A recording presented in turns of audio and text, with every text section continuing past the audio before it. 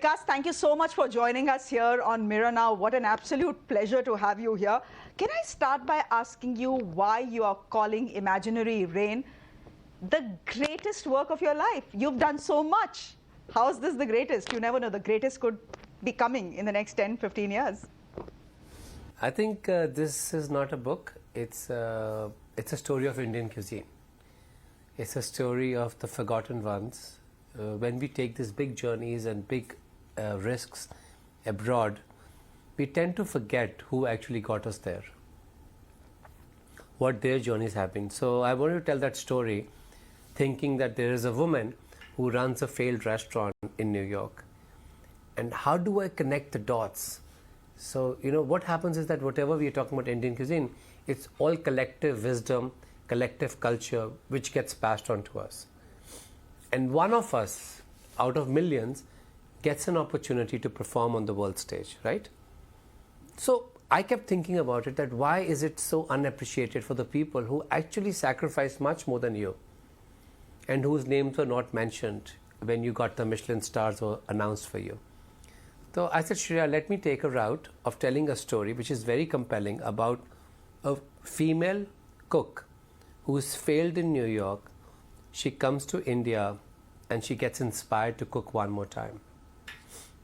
So मुझे लगा कि बहुत important story है, been living in New York for 23 years. I thought it was a compelling story to tell, and that's why you have Imaginary Rain. Is it semi-autobiographical? I read somewhere that you've based parts of it on your own grandmother. Is that true? इसीलिए मैं डरा था. This is what I was scared of to release this book and the movie. Because everybody is going to directly compare this to, is it semi-autobiographical? Is it actually a reality turned into fiction? So I have come to a conclusion, and I've been writing for more than 2 decades. There's nothing as fiction. It's always a reality which inspires you. Your brain has been conditioned and programmed in such a way that you can express that incident in a different way. It's your translation of that incident. So there's nothing as fiction, right? There's some reality in that truth. So yes, when I made the Last Color movie, everybody kept asking me, you're the only person who's qualified now to make a movie about cooking and a film about it. So मैंने कहा, hold on, I love to explore this opportunity because Shivana ji was not available and I didn't want to make this movie without her. So I think that whole thing, that the crossroads connect. So that is why I say that it's not fiction, it's not a reality, it's something in between. It's something in between to glorify Indian cuisine in the West. As I was reading your book, something interesting caught my eye. You mentioned something called a chef's wrist. What does that mean, and do you have it as well? Both my wrists are injured, both of them. Because when you're in training, what happens is that most of us use our right hands. But when you're making dough, you use both your hands. But the pressure is always on the right hand. So I realized when I was young, every time I'll see my grandmom in the sun, especially in the winter sun, I see her doing this. It was a childhood thing for me. And I remember it so clearly. So in this movie, I wanted to give a reference of that in a very surrogate way, where Shivana Azmi ji, who's playing Parade now, that her wrist is always hurting. That she always keeps folding it, unfolding it like this. So which I used to see my grandmom, because Indian food is very difficult. Forget about cooking in volumes or big batches, but Indian cuisine is very tough because our cuisine emphasizes on fresh breads, which uses a lot of wrists, right? And we somehow underestimate the effect it has on your wrist, especially for a wrist which is getting less immune to such hard work. So I see that a lot of the times my grandmother do this in the afternoon in the sun. So she wanted to open this up because, so I really it's symbolic of the hands which have worked a lot. Let's take it like that. Okay. The chief protagonist in your book, Prerna, is a failed chef, and you know a thing or two about failure as well. You're super successful, we all know that, but you've had a tryst with failure as well. Can you talk to us about that and what you learned from it? कुछ पर्दा नशीनों के नाम भी आएंगे. So kahani mein. So I feel that, there's so many people who are unveiled in your stories, you don't want to expose them. And I do not buy that of somebody reaching any height in life. It could be you, Shreya, or anybody who's talking to me in that field. It's impossible to gain certain status or to gain certain acknowledgement or recognition without tasting massive failure. Of course, you can see that the way the restaurant closes. I have a glimpse of myself in 2008 when the economy of America fell down. There was a huge transition which happened to hospitality, and it really affected fine dining. And it really affected fine dining, high-end caterings, which I used to do. So everything shut down overnight. I remember that moment so clearly when I told my kitchen manager, he was Andrew, I said, Andrew, can you shut down the lights? And it hurt because every night we used to shut down the lights.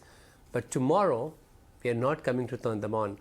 That scene had affected me so deeply. So I used my symbolisms of failure, which have, that is when you know that the screenplay is so original because somebody has lived through parts of it. So in this film, when Shivana Azmi tells her assistant or the girl who takes the orders, can you please turn off the lights? And we keep, because the way I make movies, I want to have things happening in real time. And I was behind the camera shooting in this shabby kitchen where this girl turns off the lights one by one. And Shivana's eyes, oh my God. It affected me so much, we had to take a break. And it affected Shivanaji also. We literally hugged and cried.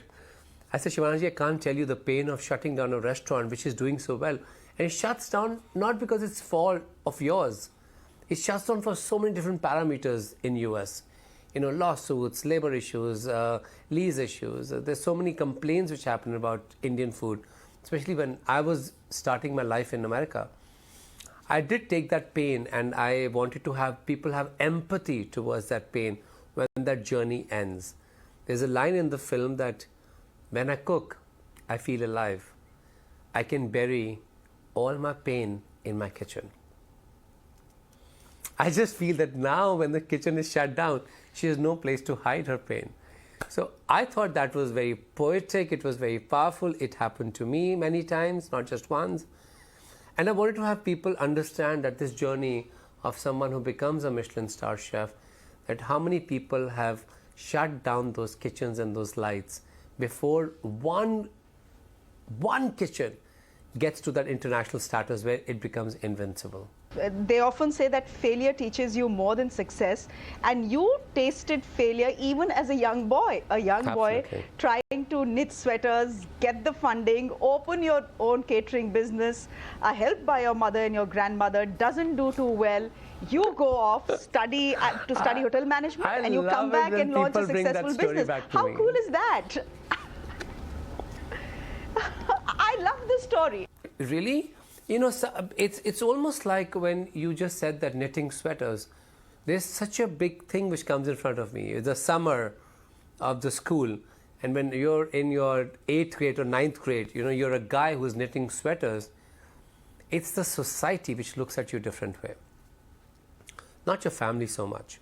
Your family understands why you're doing this, But I do believe that for some people to come out and speak about this journey was necessary.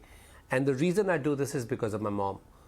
It's entirely her decision that I go out and speak about this. She said that you need to speak to mothers or parents whose children are born with certain abilities or disabilities. You need to go out and speak to them. And you need to, because, she said that I did not hear anyone tell me the story that this is going to be all okay. And that is what I absolutely love about this. And she's the one who lived this entire life and career with me. Though she's away from America, she doesn't understand the hardships of running big restaurants and businesses. But I know that she understands what I go through. But I do feel that some days you have a leader who comes out and talks about failure and normalizes falling apart, normalizes falling on you off the ground, literally. That everything gets dismissed. And you lose everything what you've gained over the years. The point of me telling that story is, does not matter how many times you fall down, how quickly do you stand up again? For me, that is the reason. And every time I've fallen very deeply or in a dark space or everything was taken away from me, I always looked up to India, that I need to go back and I need to breathe again. And it was always in Varanasi somehow that I landed up, that I felt that there is much more to life than this project we just finished, and I need to recuperate and rise again. So I hope you understand what I'm trying to say. I do, but I want to ask you, you're from Amritsar, and yet you say when you need to live again or find inspiration, you go to Banaras. Why Banaras? I thought you would say Amritsar. I can't explain that. It's the resting ground for my sister. It's a resting place for a lot of things which I had to let go. And somehow I feel that when my father passed away, I couldn't find peace, because I'm the same guy who is an opportunist, who left his aging parents back home to find the American dream. At least I acknowledge it. Varanasi is a city which gave me comfort. I felt that Varanasi told me that that's my little puppy. I think he wants to go to Varanasi too with me. And I feel that that city is something which it tells you so silently, so invisibly. And you get to know the real value of one thing when you're in Varanasi: time. That everything on this planet is impermanent. And that is to remind myself that, that is why it becomes a city of my rebirth and reincarnation, everything again and again. Vikas, what is it? I mean, you are super successful at everything you've tried your hand at. I mean, your career has the diversity of Indian cuisine. You have, of course, been a super chef. You still are a super chef. You have written books, you have written novels, you have made documentaries, you have made films, you have opened restaurants, you have shut restaurants. How do you keep at it? That's too much work for one guy. So, for people who are listening to me for the first time on this subject, it's a great question. I do everything myself. I've been writing. Most of the photography is also done by me. Maybe your little puppy wants to be on the show. Can you hold him and give it to me? Can you hold him and give it to me? How can it be so hard to hold a puppy, sir? You have to hold him, sir. If you never hold a puppy, you don't know how to hold a puppy. Okay, now get ready to fall in love with my brat. Oh, he jumped. Now everybody can see you. Perfect. Oh. Perfect. He's come from New York. Hello. I think I feel that, I think he wanted to be on the show. अच्छा पारू नमस्ते कर दे नमस्ते कर दे नमस्ते कर दे सबको नमस्ते कर दे ये मेरा बेबी है कर दिया नमस्ते गुड बहुत गुड बॉय बन गया आज so did you see the namaste? That's the only thing he knows how to do. So I feel for me the word sublimation has really helped me. Is it that you take all your brokenness, losses, you take everything what is broken about your life and you turn that into a work of art. I have always believed in that, always. That it's not the end and it's not the real loss, because I feel the true loss comes when you lose your parents or you lose a sibling. There's nothing more painful than that. I don't know. I hope. But I do feel that juggling between all these projects and different facets, I feel that I'm very privileged, and I understand that I can run a food campaign which can feed millions of people just on the power of my keyboard and social media accounts. I realize that privilege should be extended to telling stories of human power, our spirit as Indians, our victories, our cultural heritage. I feel that has become very essential to me as I'm getting older. I feel that has become more important to me than doing anything and owning any other assets. That cultural references, somebody told me one day, I said, you think, in this much money you can open 4 restaurants, but why do you want to open a museum? I said, because I feel I'm making my skin richer, and I'm making people of color richer if we present our heritage to the world like that. मुझे लगता है कि your priorities also change as you get older, and maybe because of that you're seeing extreme diversified work from me. You know, one of the shows you've done many shows, cookery shows, and I've been a huge fan, just by the way. But the one show that I particularly loved was India's Mega Kitchens. You remember that one? And I have always wondered what food from Mega Kitchens tasted like, because you know, हमारे यहाँ बोलते हैं कि खाना बहुत bulk में बने तो टेस्टी नहीं होता, अगर खाना कम क्वांटिटी में बने तभी टेस्टी होता है. But when I saw your show, I thought to myself, maybe that's not true. Many things you're having, which is an extension of your kitchens, is done in bulk cooking. Humans primarily historically cooked in bulk, always. It's always bulk cooking. There were bigger pots, people got around a fire as commune and they cooked together. It was a form of safety. What has happened over the last few years, that we've become extremely nuclear. Everybody wants to eat a different cuisine in their homes. When we were kids, only two dishes were made. एक गीली सब्जी, एक सूखी सब्जी. This is what they was called. And फुलके मिलेंगे सबको गिनती के, and nobody is allowed to waste a single pea on the plate. I remember getting slapped on my head by my grandmom of saying that, you know, you cannot waste in my kitchen. And I do feel that bulk cooking was happening. Cooking bulk mein ho ya kuch ho, you know, it's also the intentions of the cooking. I feel that's extremely important. Some days, even in small cooking, what guarantees it that that is going to be delicious? When you're eating langars and you're eating in this big community kitchens, or, you know, my whole life was built of promoting those kitchens and advocating for them. I feel that it is the intent of the cuisine or the food or the people who are cooking, and they intend to have the power to share it. It can't be restricted to the size of pots. You've cooked for many, many VIPs. You've cooked for heads of states. You've cooked for Barack Obama. You've cooked for Dalai Lama. You've cooked for Prime Minister Modi.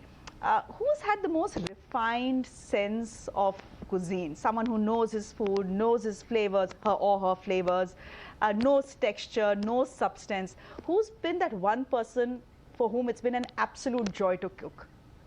I do feel cooking for Chef Gordon Ramsay, I worked with him, was really a delight. I could understand him, understanding what I'm trying to do. And we started our friendship, like, you know, I've known him for a long time. In 2006, I started working with him on different projects, and we partnered on some. And I feel that what he helped me refine about Indian food, not that Indian food is refinement, what he taught me about tasting menu. And I think that became my forte for many years, until I said, you know what, I don't want to do this anymore. I want to serve hearty Indian comfort food to people. And as I saw Gordon and witnessed my change of my cooking styles happened in different restaurants, I do feel that Chef Ramsay really helped me. And there was another chef in America, Chef Eric Ripert. So Chef Eric Ripert is possibly one of the most respected chefs in the world. He truly helped me to refine in many ways. You know, especially when I was doing foods from Himalayas and Northeast and all those countries, and Tibet, Nepal, Bhutan, Burma, he became a big reference point, and I'm proud that I present many things to him what I cook. So I also get a perspective of them, you know. And these are the chefs who were the first ones on the planet who would always tell me that this cooking deserves a Michelin star. Even I did not believe it, and many people in my team didn't believe it. And these two chefs stood by me. And it's always been about refining the textures in dishes and understanding the ratios, also very important, especially in the meat cooking. I feel that it has really helped me. So it's more fun to cook for a chef than for a celebrity or a head of state. Is that what you're telling me? For example, I was very curious to know what the Dalai Lama would want to eat. So His Holiness the Dalai Lama, I cooked for them food from Amdo. Amdo is the city where he was born and raised. So I visited Tibet because I absolutely love his roots and his love for his home. And I cooked dishes which his mother would have cooked. And you know, that is a good gift of I have doing the same thing over and over for more than 37 years, is that you observe and you can retain things in your mind to cook similarly. It can't be the same, to cook something similar. So for him, I cooked meals from his hometown in Amdo.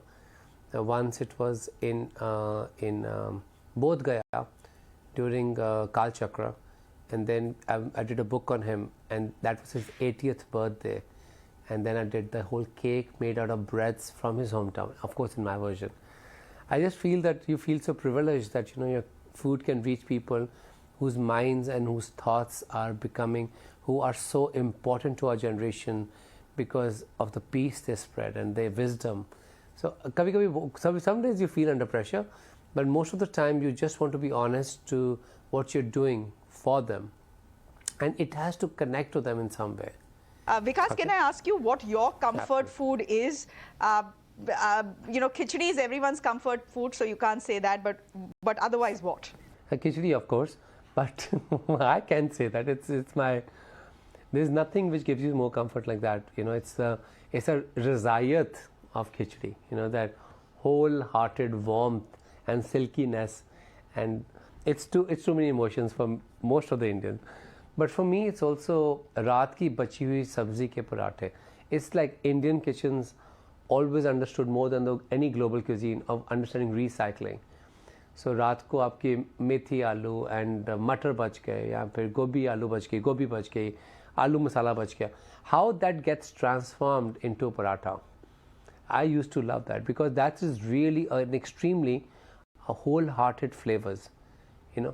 All those flavors were so content and they were so satisfying, and when they were turned into a paratha which was crispy on the outside and so buttery and creamy on the inside, I feel that is where it gets me kick every time I try to recreate or try to eat it. My last question as I let you go. It's been 37 years that you've been a super chef. When you look back on your journey, for you, what have been the big learnings? You've asked me one of the most significant questions right at the termination of this interview. It was that you need to care less. This is if I have to give my advice to my younger self, I'll say you need to care less. People who come to intimidate you, who constantly remind you that you can't be on the top because you don't speak well, or your skin color, or your accent, or your vocabulary, you need to care less about them. You've been gifted with certain craft, and all those people who are coming here pounding your head is to demoralize you, is to intimidate you, because they feel intimidated themselves. Certain parts of them are so insecure that they need to find a way to push you. So as a younger Vikas, I'll tell him that do not worry about these people, and you live every part of this journey with full grace and glory. You don't need to change your accents. You don't need to be taking pictures with white people and posting round the clock saying how superior you are now. You don't need to ever let anyone tell you that Indian food is inferior than the Western or European cuisines. Do not give a damn. You were born in certain ways out of billions of combinations to certain parents in certain cities. There's a reason for that. Be proud of it. I became proud much later, about my cuisine, when I became like, no, stop telling me. The world should stop imposing this on people, that French cuisine and European and Spanish and French, Japanese, and this cuisine is better than that cuisine. No, you were born to a certain cuisine. You fell in love with it. You're trained in it. Now go and display it. Do not be intimidated. That's my answer. That's very good advice as well. Vikas Khanna, what a pleasure it has been speaking to you. Thank you very much for speaking to us here on Mirror Now, and all the very best. Likewise.